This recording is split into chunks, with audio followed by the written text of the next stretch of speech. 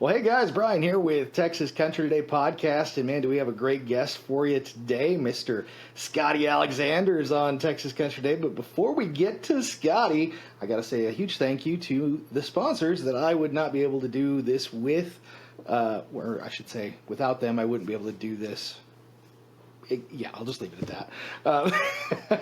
First of which is smithmusic.com. Smithmusic.com is the leader in digital music distribution, one of the very first pioneers negotiating contracts with Apple Music with their Live at Billy Bob's album that Rick Smith put out.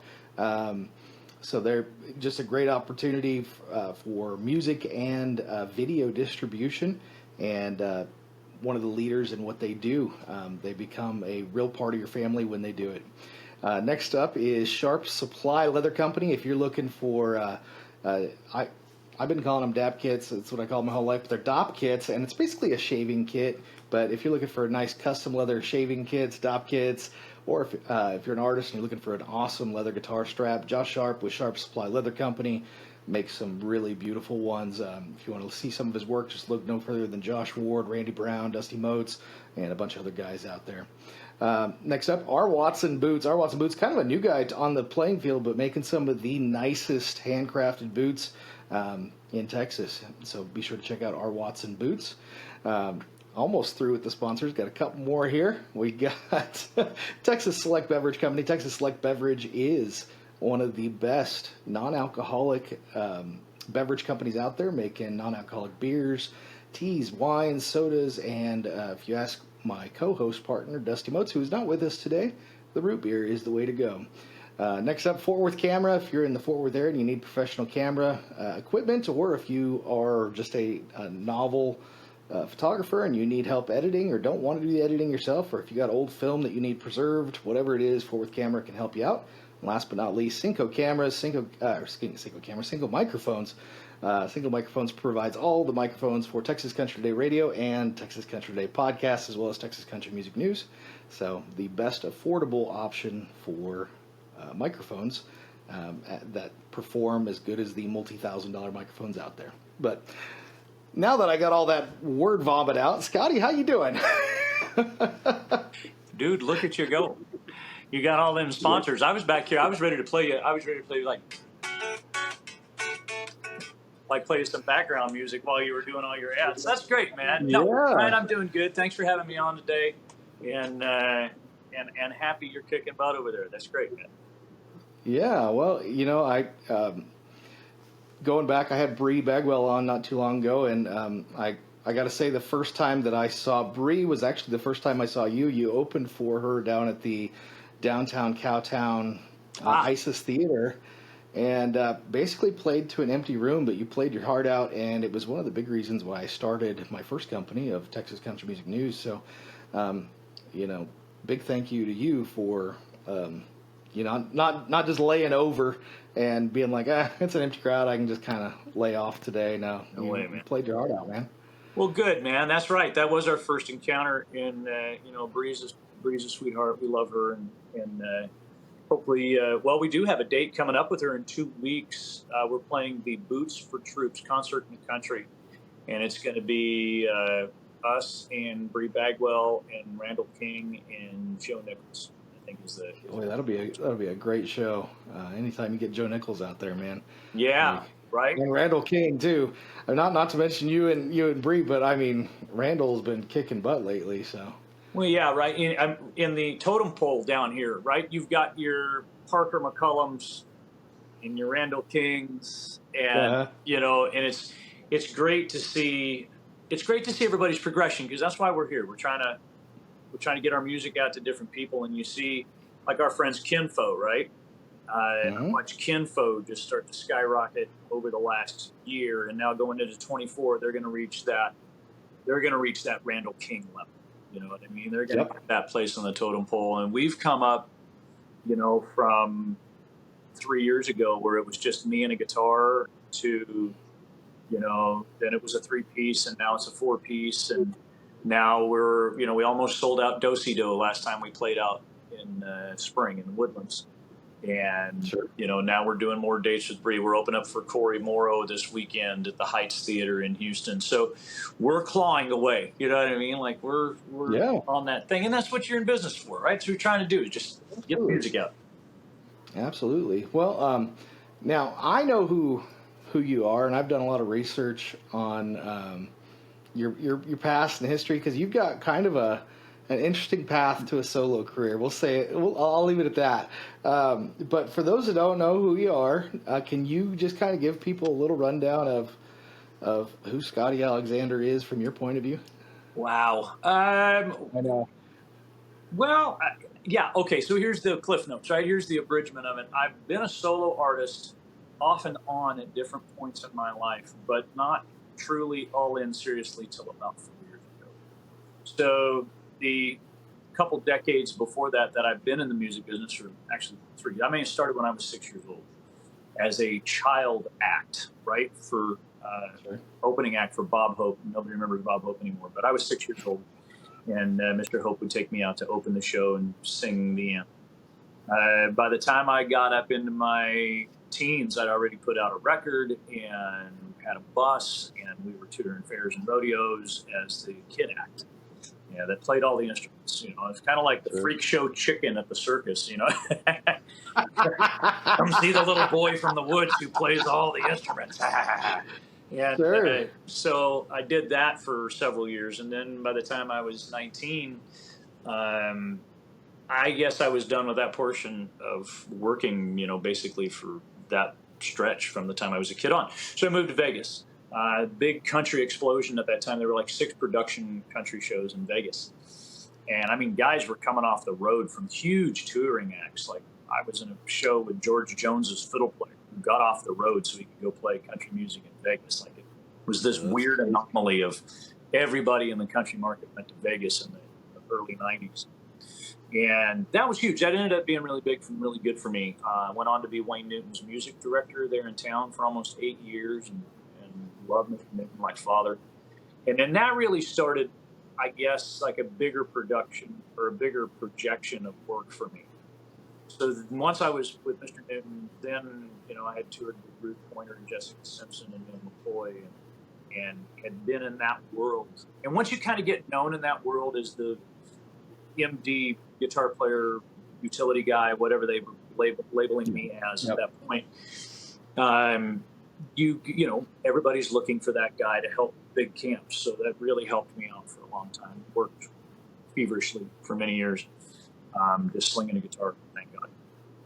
So then from there, my wife and I had our own show in Vegas.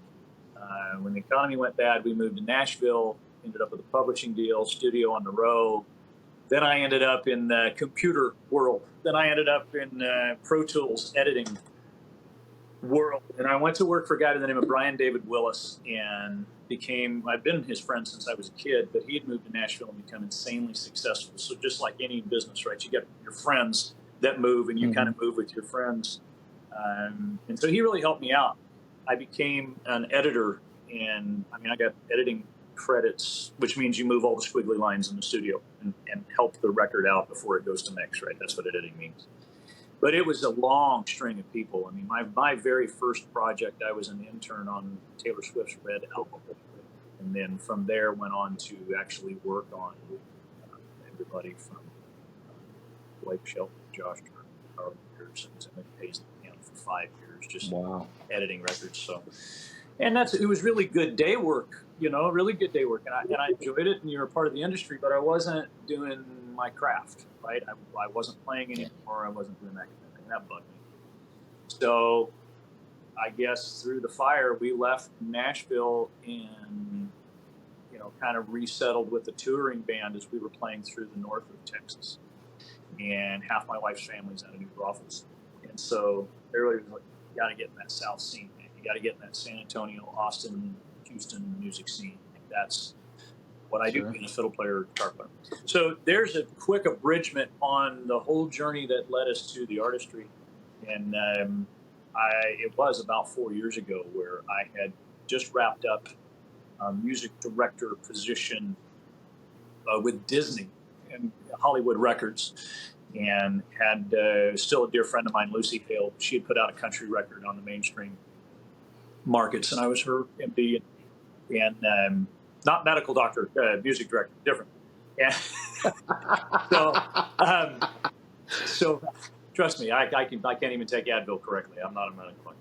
But yeah, we had wrapped that up, and then it was like, well, who else do you want to work for? And my wife, no, absolutely nobody. Yeah. So it's time to go back.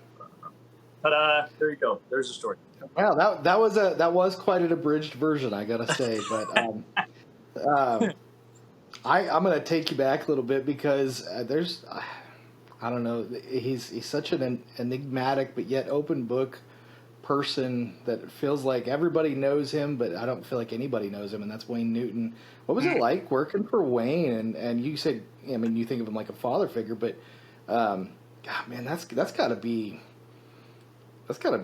pretty cool to go back and think. I mean, he's kind of like I'd put him up there with the Frank Sinatras of the world, and all those guys. What was it? What was he kind of like? What is he like? Well, I mean, I was 26 when I went to work for him.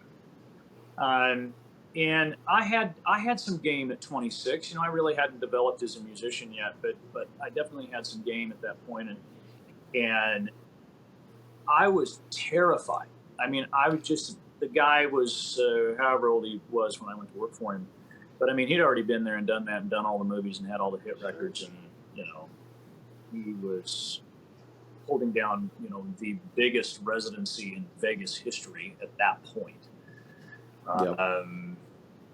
Driving a Rolls Royce to work every night and had 80 head of Arabian horses. And I mean, what do you want? I mean, it's like the cat had it all. Sure.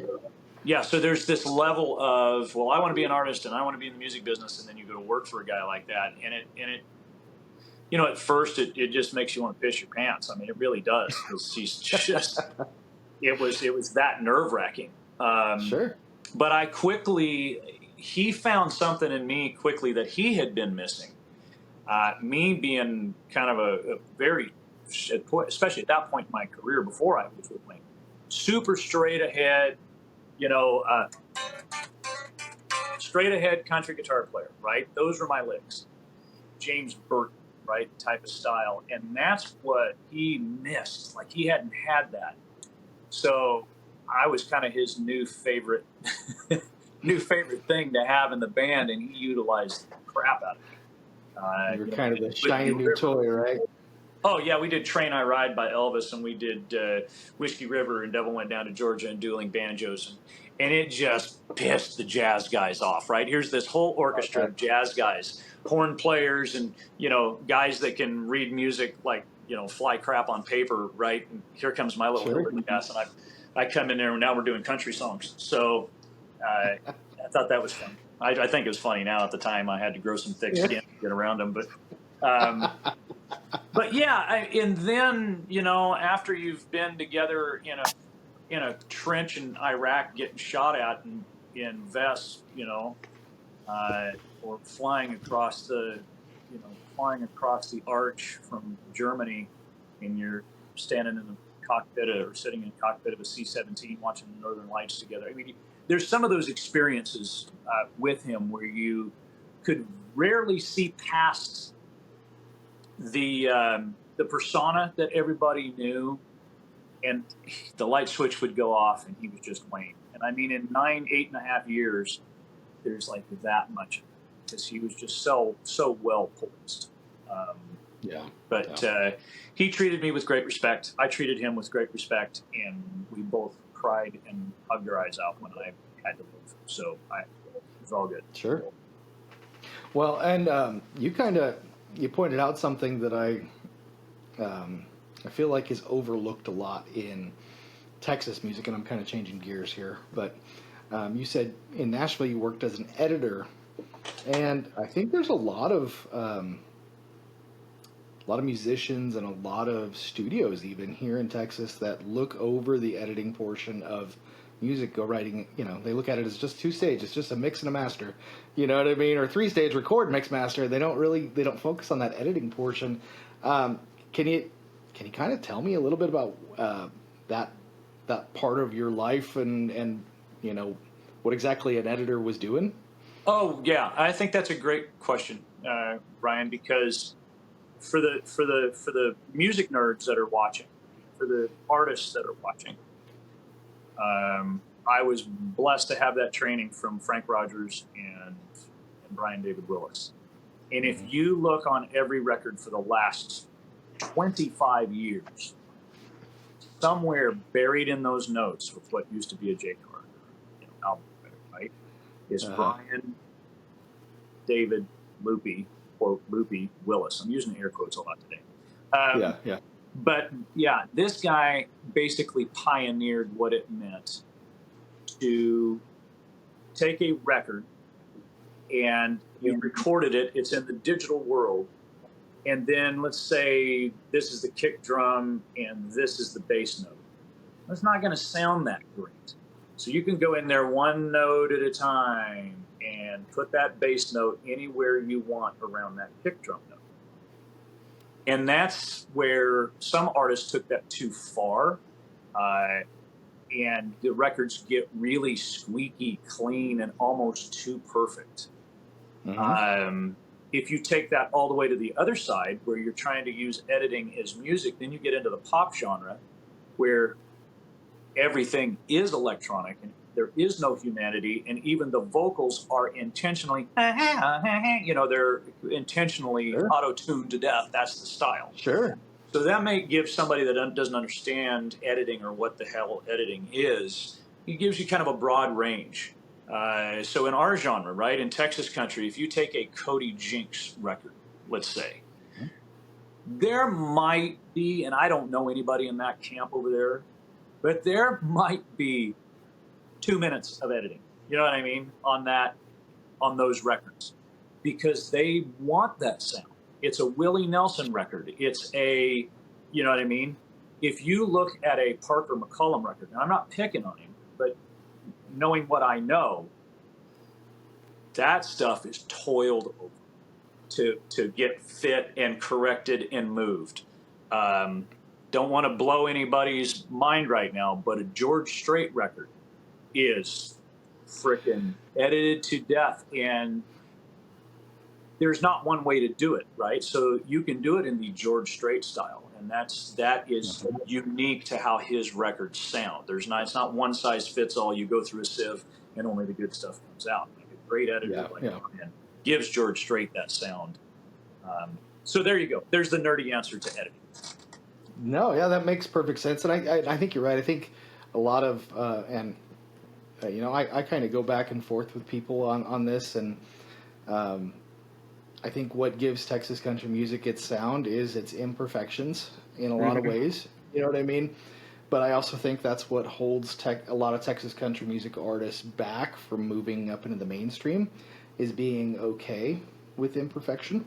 When the guys that are playing at the top 1% of the industry, imperfection's not, especially if you're like a guitar player or a steel player or whatever, imperfection is not going to get you the next gig. You got to know your stuff. You got to know the language. You got to know the everything.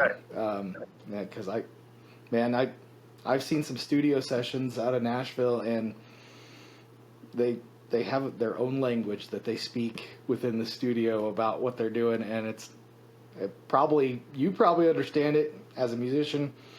I don't. It's just I don't. Well, I mean, I'm going on 10 years removed from Nashville. I definitely speak a hybrid of that vocabulary now, but I don't speak like I did when I was there. Sure. We just don't operate that way in different cities now. And Yeah. I think it is important to aspire to being one or the other. Sure. I think to your point, I think that's where, some of the Texas artists shoot for the vibe of a Blake Shelton record, but Mm-hmm. they don't understand what it takes to get to that level of literal perfection Sure. and musical choice on what goes into that. And I think if you get caught in the middle, that's what prohibits your altitude, right? I think that's what holds you back. So you either got to really be that Cody Jinks raw kind of thing, or Mm-hmm. you're Cody Johnson, which is very much like a Kenny Chesney record, right? Kenny Chesney made a lot of really smart choices when it came to editing. That way, Kenny Chesney didn't sound like a Rascal Flatts. Sure. Right? Kenny was he was very leery of the editing process. In fact, all of Kenny's early records didn't have any of it on there. But there were certain aspects, and I'll spare you the details of it, that Brian had pitched Kenny's camp about how this would benefit his mix if he just did these couple of things. And he heard it, and he jumped on it. And anyway, I lose my mind all the damn time because I get caught between those two worlds. I love stuff that's raw, and I seem to be incapable of doing that because I've been, I have a certain standard, I guess I try to get to. I get you. So there's some joys in being. It's such a. I don't know if it's a word that just kind of gives. There's some joy in being ignorant, I guess, in some areas. Oh yeah. I speak from experience because I have recently decided to jump in the world of doing live recordings, and I do the mixing, and if they want it mastered, then I don't master. It's just not something I'm interested in doing. It's a whole different skill set, and I will send it off, and they can pay someone to master it. But the best guy in the business right now, and I don't care what genre you're in. Sure. I knew this dude when he was coming up and building his first studio, and yes, he's in Nashville. But his name is Nathan Dantzler, and he owns a company called the Hit Lab, which they're up to a building and a secretary and interns. I mean, he's one of the most brilliant mastering engineers, and he mixes as well. But you better have a good Visa card if you're going to get this guy to mix. Yeah, exactly. Grandma better have a thick pocketbook if you're going to use Nathan Dantzler.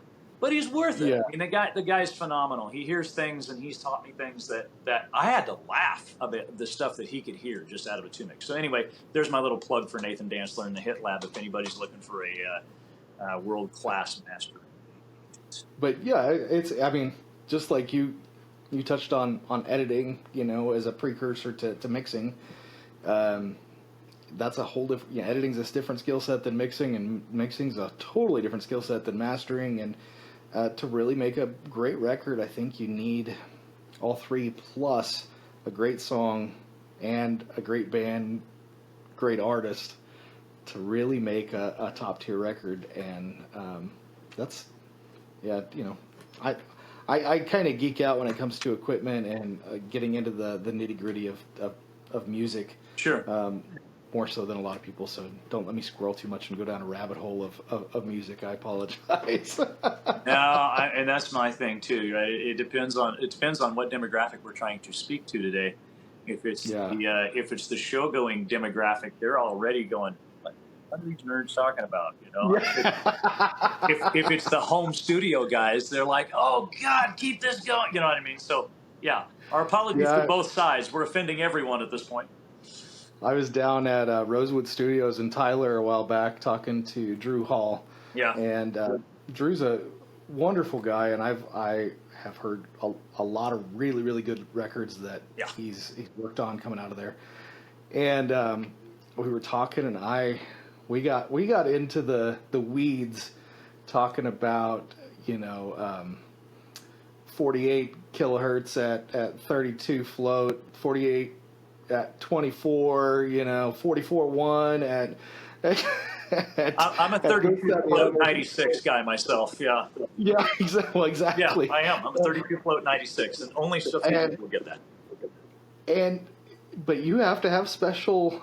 There's not many modern laptops or sound systems that will even process a 96 kilohertz sound. I know. And I have this stuff here in my home studio that I work. When I record stuff at certain places, I have the luxury of working on Alan Heath stuff, and I record everything in 96, 32. But you go to most places, and if they're rocking a Behringer or a Midas board, I'm walking out of there with a 4824. So it's just the equipment that a lot of people have. But I know. Sonically, I would say there's probably 99% of the world that cannot hear the difference between 44.1 and 96. Here's how we used to describe this to people that would always ask us these questions, right? Be like, well, how come it's so much? Or how come nobody cares? Nobody cares if it's a Sennheiser or a Telefunken or nobody cares if it's 96, right? Here's my answer to that. You damn right. Nobody gives a crap about it. You know what they do know? If it sucks or not. And that's their common denominator. Is this good? Yes. Is this bad? Yes. That's their common denominator. So it's more than the sum of its parts when you start adding up the microphones and the geeky shit and all this kind of stuff to get to that product. So the guy doesn't care that's listening to it, but he does care if it's bad. If it sucks and it doesn't grab him, then that's the difference. So. That's a well put thing. Well, let's get out of the weeds a little bit. Get back to you, your life, your career, your music. We're not doing a studio podcast about gear and we stuff? can. I'm all for it. You want to give a rig rundown real quick? What are you playing on right now? Oh, let's see. What am I playing on? I've got a Origin Effects Cali 76 compressor on the front end of my guitar that I absolutely love. I think the Wampler Bell, overdrive, distortion, whatever they call it, that overdrive bell is the most transparent front end gloriousness. I have a Bonsai distortion that I saw Brent Mason do a clip on that I didn't even hear it. I just went to Amazon and ordered it because it was good enough for Brent, good enough for me. And then I recently added the Strymon Timeline and Big Sky, which for guitar players, that's like the center of the contemporary Christian music guitar world. You hit a note that lasts for 10 minutes. But I've added those in my own flavor. And then I have a hand-wired American Hot Rod Deluxe that's modified. And I've modified it again after that into a dissimilar 212 cabinet. Now we're really nerds. But there you go. For guitar players, it means something. And that's what we're doing. And then I have my guitar, which is sitting over there, my Fender. It started out being a regular Telly, but I kind of modified it into that 3-pickup Nashville Telly. And its name is Jackson, as in my dog, Jackson. Shih Tzu dog Jackson. Anyway, there you go. There's my rig rundown. Well, very cool. Well, I'm happy you still have your guitars, because you had an incident down in Houston not that long ago where you came out from the hotel or wherever it was at and your gear was gone. Do you mind? I know it's probably painful, but do you mind getting into that? Like, what happened? Oh, we were tired. We had loaded all the guitars on the side door of the trailer, and it was a new trailer. So we just had regular padlocks on it and no extra security. And somewhere the security cameras saw that these guys were watching or knew when the hotel security left at 6 a.m. and they were already parked next to our trailer at 5:30. Waited for the security to leave, went around, took whatever they took, grinders or whatever, and beavered through the side of the door. Took about $18,000 worth of stuff, and it's just heartbreaking. We lost a lot of. And the one piece I got back was Jackson, that Fender Telecaster that I've had with me forever. It's been the one instrument that it's like Mayer's Strat. It's like that thing that just speaks to your hands. It's the one thing you can speak to. Sure. Never another guitar like it. So anyway, it never leaves my side now. I found it in a pawn shop for $100 and had to buy my own guitar back. Wow. Yeah. That's well, I mean, you guys are just fated to be together. Yeah, exactly. I mean, you probably modified it so much they had no idea what it was, more or less. Like, this thing's a piece of shit. I don't want this guitar. Get rid of this. It's all weird. The radius is weird. The fret wire is weird. And the pickup's weird. Like, yeah, that's mine. It's only my guitar. Yeah. Well, we caught up at the T3R, and I remember you specifically telling me that that you really like John Mayer and his playing style. And I had a podcast yesterday with 14-year-old Peyton Riley, which is down there in Houston as well, Houston area. Nice. And she's released her first song, Long Live Cowboys, to radio, and she's got another one that she just released. But she told me she's listening to a lot of like Green Day, Offspring, 90s kind of garage band type stuff. But what about? I mean, I love John Mayer's playing too. I really do think that guy is kind of a master at improvisation, more or less. But what about John Mayer's playing do you kind of look up to, if you don't mind getting into that? I think he does something really, really well that Vince Gill actually articulated years ago. Vince said, I try and play like a singer. And I think John does that. I think a lot of guitar players, and I'm abridging that statement that Vince said, he also went on to say, I try and sing like a player, and I try and play like a singer. That's how Vince articulated how he sings and plays his instrument. Sure. Which to me, my translation of that is, if I'm going to take a guitar solo, it has to speak like another voice. It can't just be a bucket of notes that I want to impress people with. And I mean, so many guitar players go down that knowledge rabbit hole of, look what I know, look what I can play, and they forget to speak a melody, and they forget to what I call sticking the landing. So if I'm watching a gymnast in the Olympics and they do all this fancy stuff and then they fall on their ass when they get to the end of it and they don't stick the landing, the whole thing's kind of pointless. So I think of writing guitar solos that way. They can do fancy stuff. They've got to say something, but you've got to pick a spot that you're going to come down in as a guitar player and ta-da, right? You've got to give it that final, it's over now. Now I've said this, here's my last note, and it hands it off to whatever's next, a vocal, a breakdown, right? It has to hand it off next. So to me, that's what Mayer does exceptionally well. He plays like a vocalist, and he always hands it off to whatever's coming up next. It's so wonderfully sensitive. So kind of sticking with that guitar theme, and I'm going to add a little bit of stuff that I'm not trying to talk about, but we can talk about it if you want. But I did hear somewhere talking about Vince Gill, and I think it was on a video on YouTube, but I know Vince lost a lot of his guitars in the flood back in Nashville back in the day. But on the same token, I believe I heard somewhere, and maybe you can, if you know, if not, I'll have to look it up. I believe that it was said Vince has more pre-war Martin guitars than the Martin Museum. I had heard that, but can't confirm it. I've only met Vince a couple of times, and he wouldn't know me. But I have heard that rumor, but I can't.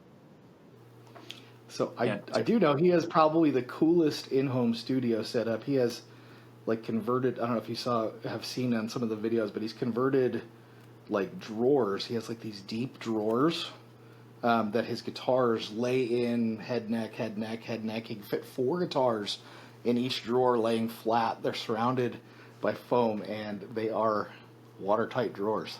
So Makes sense. Yeah. humidity controlled, all that good stuff. But talking about improvisator, talking about guitar players again. What's your take on people like Marcus King and like some of the Coulter Walls that were, like Coulter, I think came up more on like the vinyl string, kind of guitars and stuff like that. I've noticed that kind of what you were saying, sticking the landing. I think there's a lot of really fancy play going on with no rhyme or reason. I don't know if that makes sense to you. Like they stay in the key, but there's really no purpose to some of it. Yeah. Does that make sense? Oh, totally. And my example on that is, B.B. King could hit one note and you knew it was B.B. King. Yeah, yeah. You know what I mean? Eric Clapton is the same way. I think Eric has a voice in his fingers. Steve Wariner has a voice in his fingers. And I think it takes a lifetime. I do. I think it takes a lifetime to find that. I think two of the only superstars outside of Mayer that I can think of that were born with that is Derek Trucks. Tedeschi Trucks Band. Derek Trucks, those great slide player. I mean, you watch videos from that kid when he was like 12, 14 years old. And he sounds like Derek. You know what I mean? He's got this thing, the way he speaks. And so I don't know that isn't just a gift, but I also think you can find it. I think you can work towards it or aspire to, right? And I see so many I can't even keep up now. I just saw another kid last night, in my scrolling feed.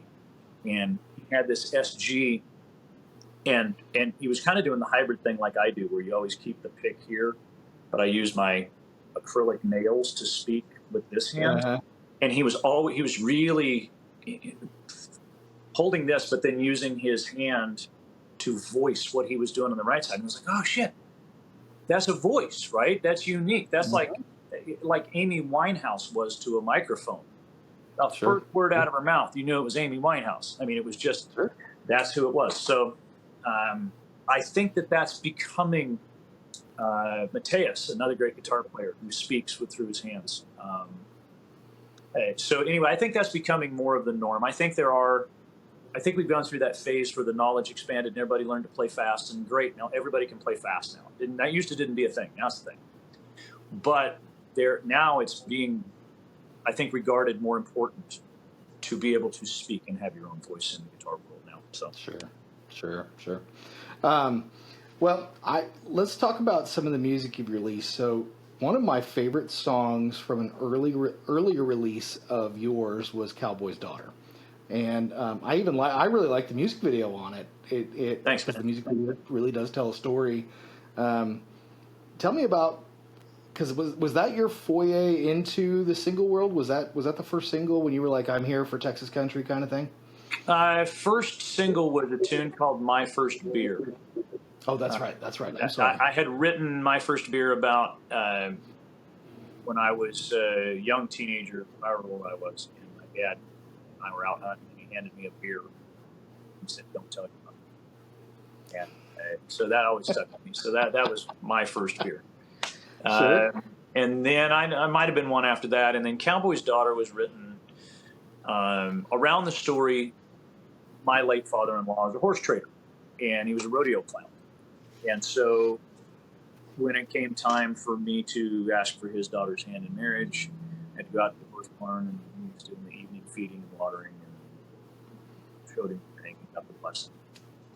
And our daughters were about to the point where they both started dating somebody pretty serious, and I knew that question was going to come back. It hasn't come back. It's about to. But I realized that was the song.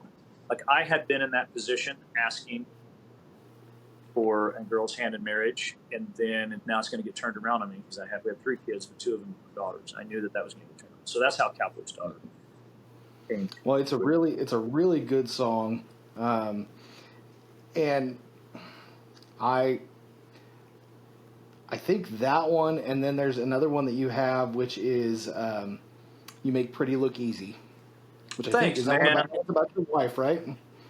Yeah. Michael Boggs, a brilliant songwriter out of Nashville.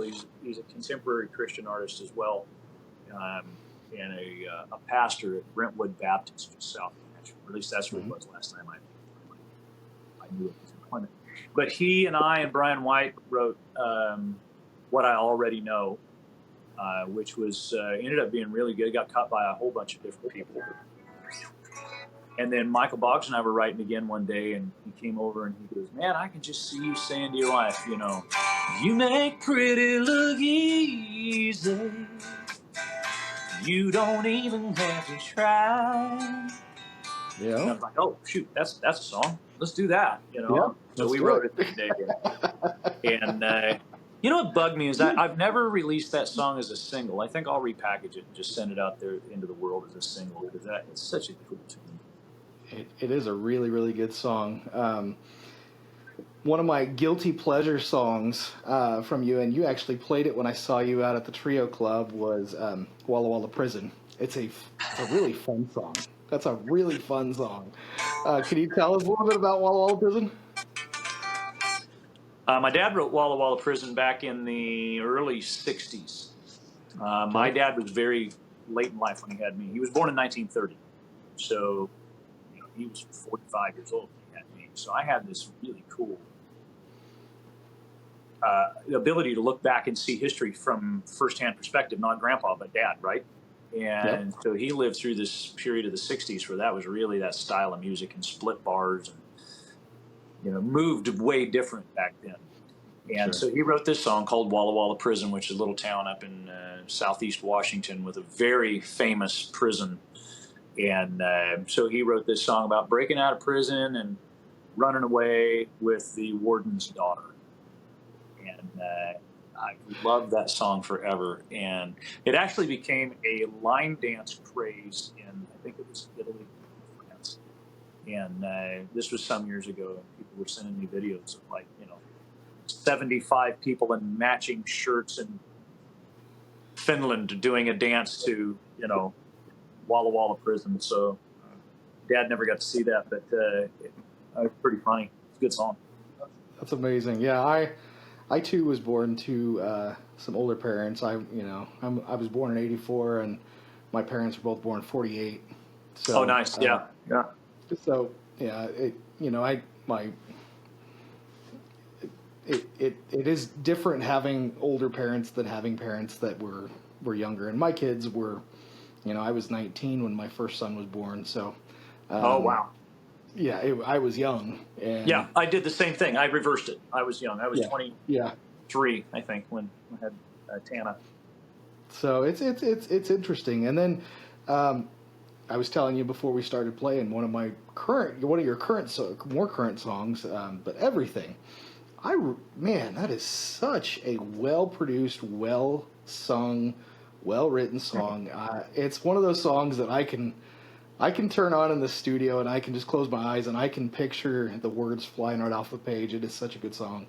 Can you tell me a little bit about Everything? I appreciate that. Yeah.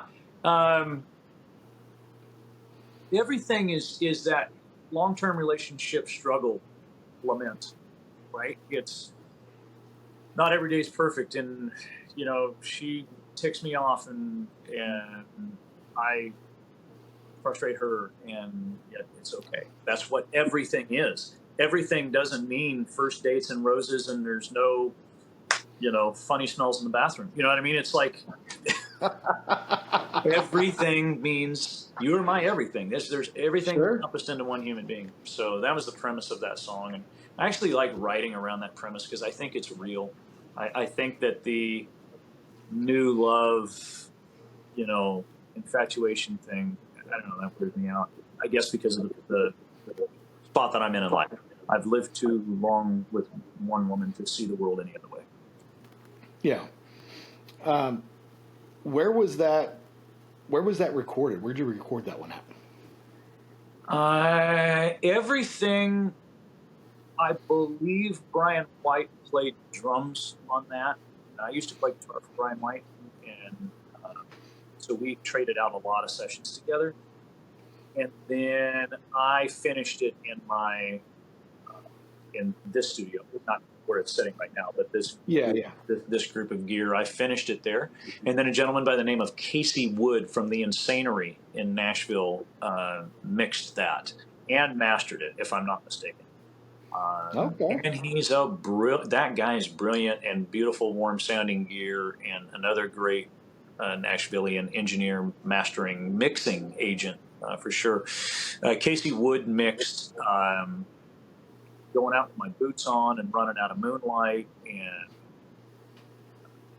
he's got several hits to his mixing credits. Sure. And super great cat. So, and then you have Do You Want to Dance Out, which is that's a cover, right? And there's a couple different versions out there. Who was the original singer? Was it the Beach Boys? Was it the Mamas and Papas? Like, who was the original singer of Do You Want to Dance? Because I grew up with that song.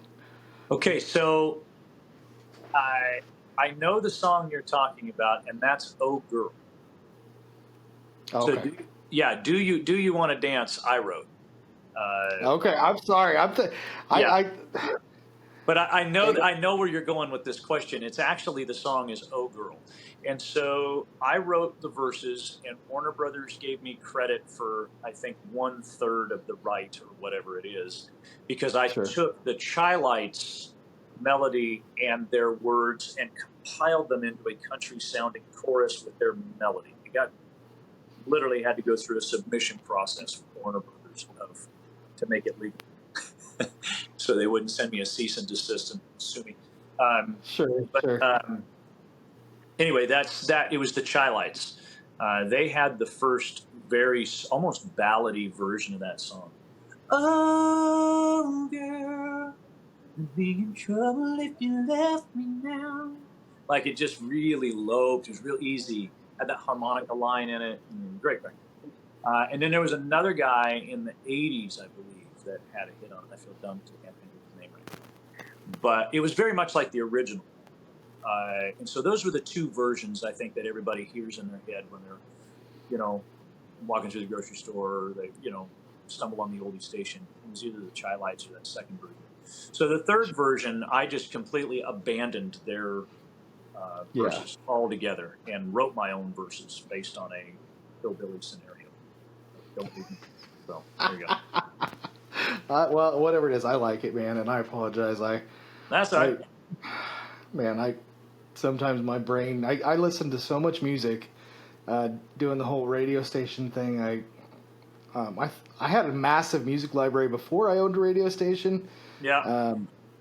And now I get probably, this month has been heavy too. I think last month I got 2,500 songs emailed to me from various radio promoters, just people there's no time to listen to all that stuff. And so no way. I go through, and if the title looks interesting, I will click on it. If it doesn't have album artwork, it gets closed immediately. I don't even listen to it. If you don't have the time to attach album artwork to your song, it's not worth me listening to it. So I'm sorry. It all has to pull you in. Yep. But yeah, it's crazy. And there's certain radio promoters out there that I trust. If they send it to me, I'll put it for the most part. I'll put it on my radio station at least for a little bit, without even listening to it. And as I listen to my radio station in the car, I'll be like, "What? Who is this? I've never heard this song before. What? Wait a minute, my radio station. What am I doing? I don't like this." And then I go home and I take it off. But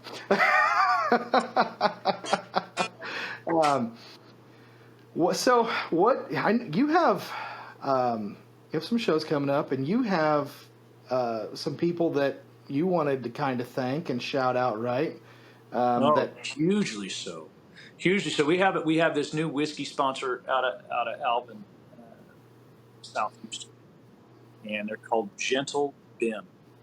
And I'm not kidding you. If you are into bourbon at all, they make 3 products. They make gin, 2 different types of bourbon, and and a vodka, and it's incredible. They have this science behind what they do, where they go in with this distilling process, or finishing process as they call it, and they target certain fatty acids, and they target certain types of alcohol. All these different types of alcohol are in a distilled product, and they go in there and target and just pull what they want out at certain levels, and it's incredible. I just got to try it. They're all over specs. They're all over Total Wine, and I've seen them here in Austin too, in Total Wine. So check out Gentle Ben. It's good stuff. Gentle and they're great Ben. people. I got a Specs right down the road, and I might just have to go pick up a bottle, because I think I drink a glass of whiskey every 2 years. Okay, gotcha. So you're due. That's about how often I drink anymore. Yeah. I'm too busy to drink anymore. That's like, you must be living life pretty good if you got time to drink and do all that. That's just I work like 16-hour days. I think I work too much. Yeah, right. Too much, but well, I sure appreciate you taking the time today, man. Thank you. Yeah, well, you've got some shows coming up, and I will make sure that I get this out in time so that people can hear about these shows. But you are opening for Corey Morrow this Friday, right? This Friday, yeah. Corey Morrow, the Heights Theater in Houston. I'm going to do a little set right in front of Corey there. The next weekend, if any of the fans are out at NASCAR in Las Vegas, we'll be at the Motor Speedway in the morning playing the infield for those people that have those expensive lanyards to get down to the infield. Nice. The next weekend, what am I doing? I think the next weekend,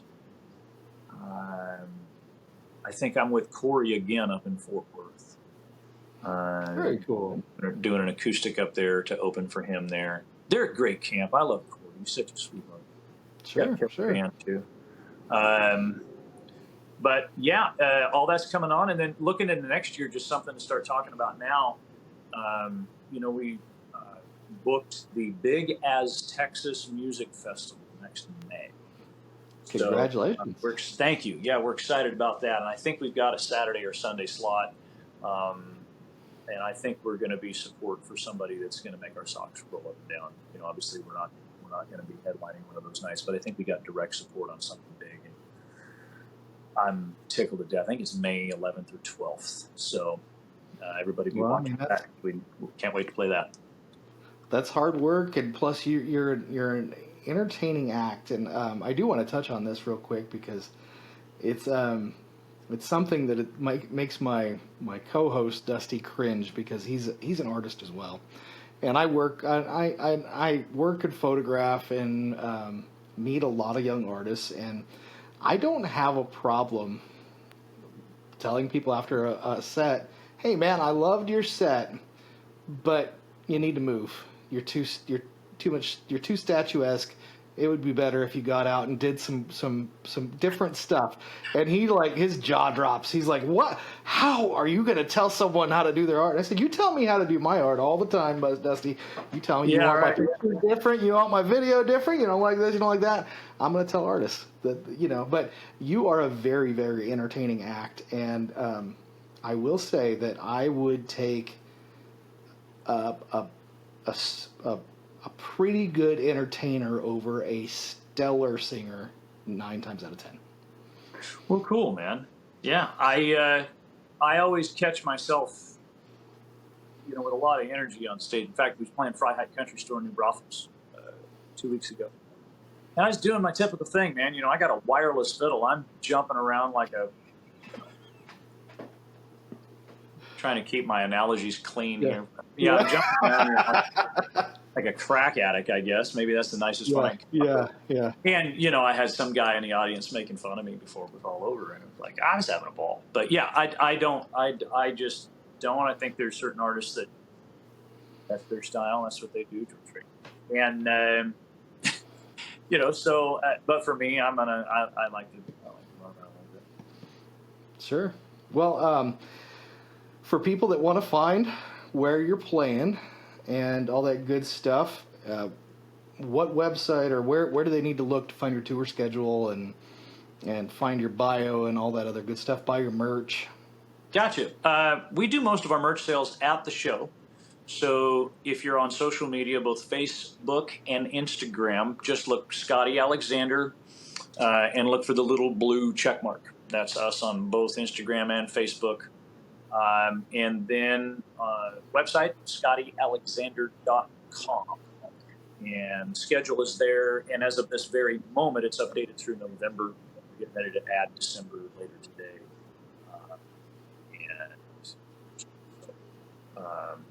Videos, all kinds of stuff on the web. But yeah, ScottyAlexander.com is the website, and then just Scotty Alexander with a blue check mark on all the socials. Cool. Well, I've got just a couple more questions for you, and these are one of them is just not one I ask everybody, but I do want to ask you. So I had an interview with Sonny Saseda, who I met at T3R, the Future Faces night. And you were there for the Future Faces night as well.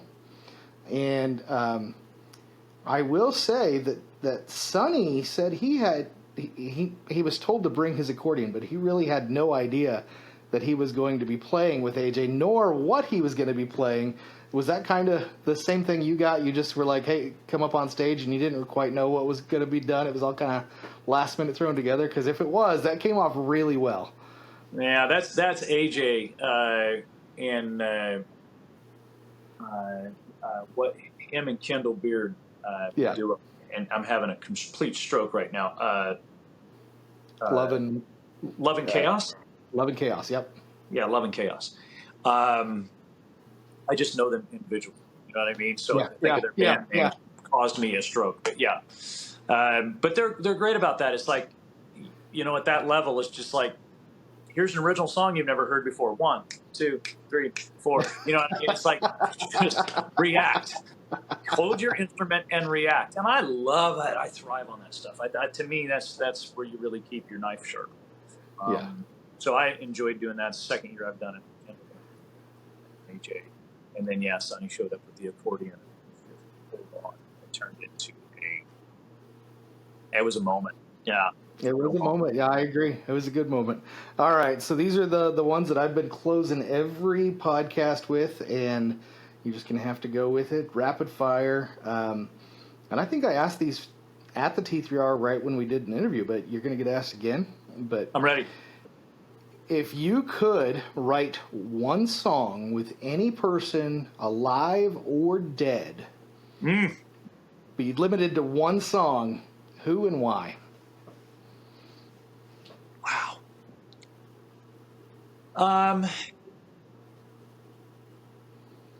That is, it's such a good question, and I will overthink everything. Who's the first person that comes to mind? Oddly enough, the first person that came to mind was Don Williams. Ooh. Don has a smoothness, or had a smoothness to his soul, in my opinion, that he put into his lyrics. And I think if there's anything I struggle with as a human being, it's that peace to my soul. I'm always kind of in some sort of storm. And so he just seemed like such an anchored lyricist that matched his vibrational frequency as a human. Him. I would want to learn that from him. I would want to feel that in a writing experience and see what comes out of it. So Don Williams. Okay. This next one, I'm going to kind of custom tailor it for you. Would you consider yourself, I got to ask this in front, would you consider yourself more of an electric player, or would you consider yourself more of an acoustic player? Electric. Okay. So this is the impossible question.